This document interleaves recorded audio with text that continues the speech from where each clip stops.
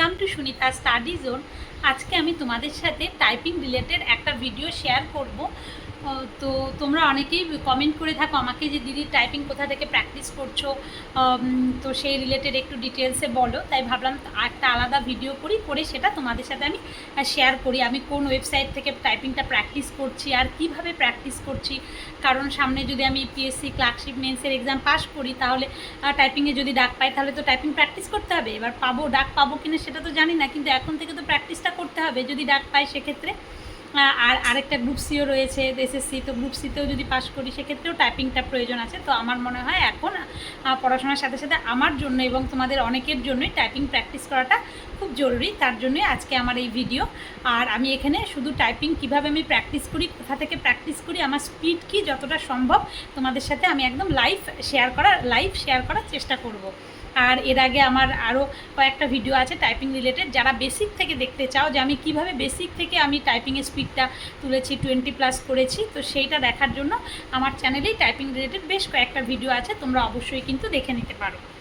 তো তোমরা চাইলে আমি এই ভিডিওতে লিঙ্কও দিয়ে দেবো, কিংবা তোমরা সার্চ করেও দেখতে পারো। তো চলো আমি আজকে টাইপিংটা শুরু করি।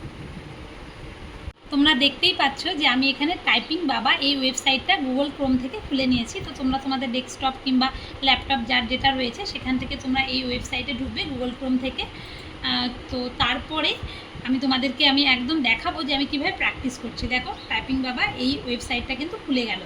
তারপরে এখানে অনেক কিছু রয়েছে, টাইপিং টিউটর রয়েছে। তো আমি প্রথমেই টাইপিং টিউটরটা থেকে শিখেছি, তো এই রিলেটেড ভিডিও তোমাদের দেওয়া আছে, তো তোমরা যারা দেখোনি চ্যানেল থেকে দেখে নিতে পারো। তো আমি এখন যেহেতু প্র্যাকটিস করছি, আমার শেখা শেষ, তার জন্য এই যে টাইপিং টেস্ট এখানে গেলাম।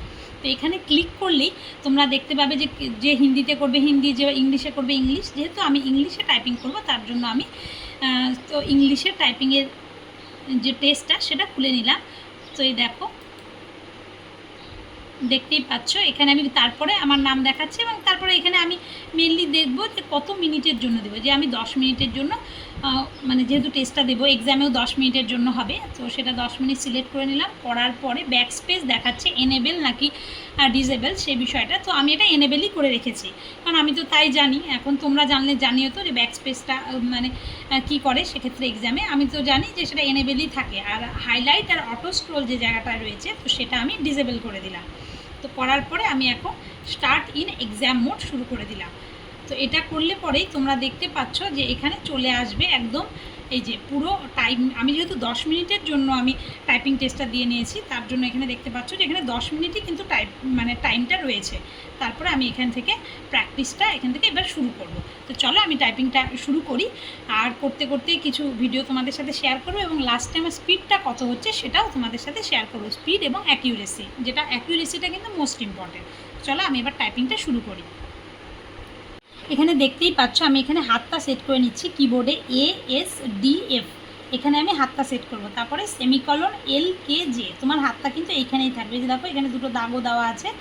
আর ASDF থেকেই কিন্তু আমি প্র্যাকটিস শুরু করেছিলাম। তো এবার সেমিকলন LKJ এইখানে হাতটা থাকলো।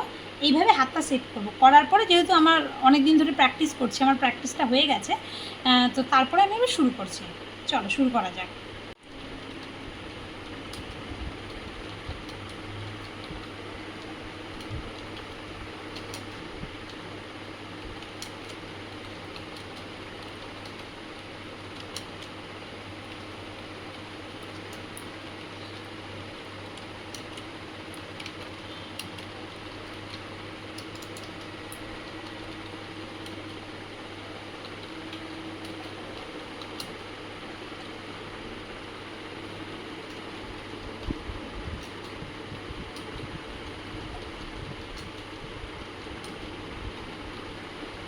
NTRIPTOSSRESOR তারপরে এই যে যখন ওপরে তুলবো তখন কিন্তু এক লাইন ফাঁকা রেখে তোলার চেষ্টা করতে হবে, যাতে দেখা যায়, মানে ভুল যেন না হয়।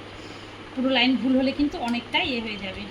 OTTION হলো CHILDJURORHONESTPUSHPURFROWDWXYZ এন, তারপরে BIAREED, তারপর RUSHFLA BORFRANA,